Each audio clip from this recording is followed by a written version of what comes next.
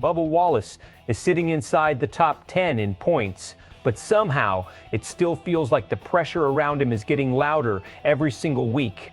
Because while Bubba Wallace fights through another inconsistent season, his teammate Tyler Reddick is turning 23XI Racing into a powerhouse. 5 wins, slight pause, dominating performances, slight pause, championship level speed. And now Denny Hamlin is publicly addressing the question everybody in NASCAR is quietly asking: is Bubba Wallace actually meeting expectations in 2026, or is he falling behind inside his own organization? Right now, Wallace is 10th in the Cup Series standings, driving the number 23 car for 23X Racing.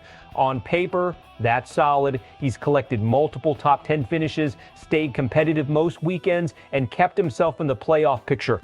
But there's one stat hanging over everything: 0 wins. And in today's NASCAR, especially at a team with championship and chip matters. Because on the other side of the garage, Tyler Reddick has looked like one of the most dangerous drivers in the entire sport. 5 victories already, elite speed nearly every weekend. He's not just outperforming Bubba, he's becoming the standard inside 23XI Racing. That changes the conversation completely. Now suddenly, Bubba Wallace isn't just being judged against the field anymore. He's being measured against a teammate driving the exact same equipment and getting dramatically bigger results. That's where Denny Hamlin's comments become so interesting. Hamlin basically said the organization still believes Bubba is where he needs to be competitively. He pointed toward Wallace's overall pace, average running position, and race speed as signs that the performance level is stronger than the results show. In other words, 23XI believes Bubba has been better than the stat sheet says. And honestly, there's truth to that. If you watch the season closely, Wallace has shown legitimate speed at multiple tracks. There have been stretches where the number 23 car absolutely looked capable of contending near the front. But between strategy mistakes, bad timing, incidents, and missed opportunities, the finishes haven't consistently matched the pace. That's the frustrating part for the team, because in NASCAR, speed gets you noticed, but execution gets you trophies. And right now, Wallace is stuck in that uncomfortable middle ground where he looks competitive enough to matter, but not dominant enough to silence criticism. That distinction matters a lot inside a playoff system. You can survive inconsistency early in the season if your speed is real.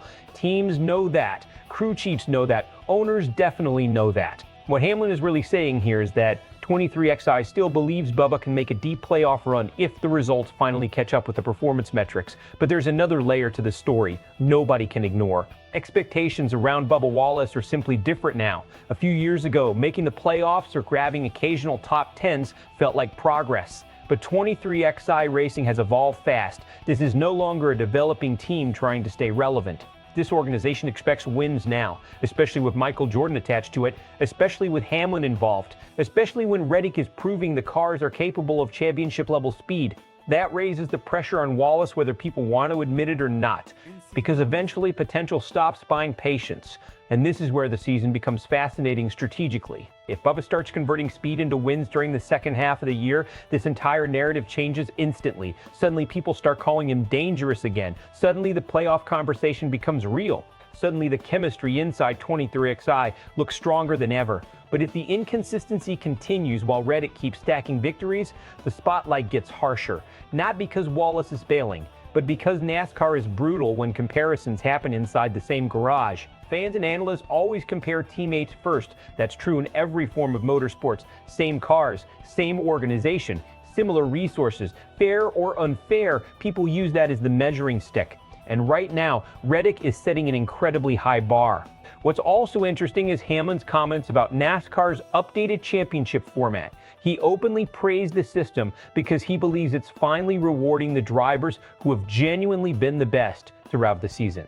That's important context, because Hamlin basically admitted that the standings currently reflect reality. Reddick has been elite. The top drivers are where they belong, which indirectly puts even more attention on Bubba's inability to break through into the win column, even if Hamlin didn't intend it that way. Now, from a locker room perspective, this situation can go one of two ways. Best case scenario, Reddick's dominance actually elevates the entire organization. Bubba learned from it, the number 23 team sharpens execution, and suddenly 23XI becomes a 2-car playoff threat heading into the postseason. That's absolutely possible. Sometimes having an elite teammate pushes drivers to another level, but there's also risk involved.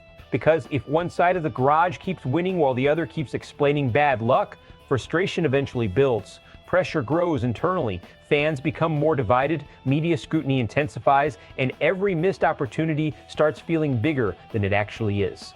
That's why the next stretch of races could define Wallace's entire season, not because he's been terrible, but because he's been close enough that people expect more. And honestly, that's probably the hardest position to be in as a driver. When the speed is there, excuses disappear. At that point, everybody starts asking when the breakthrough is finally coming. Now let's look ahead. Best case scenario for Bubba Wallace, the second half of the season clicks immediately. The team cleans up execution, steals momentum with a big win, and enters the playoffs as one of the hottest teams in the garage. If that happens, nobody will care about the slow start anymore. Worst case scenario, the speed keeps showing up without the finishes. Reddick continues dominating headlines, and Wallace enters the playoffs looking more like a survivor than a contender.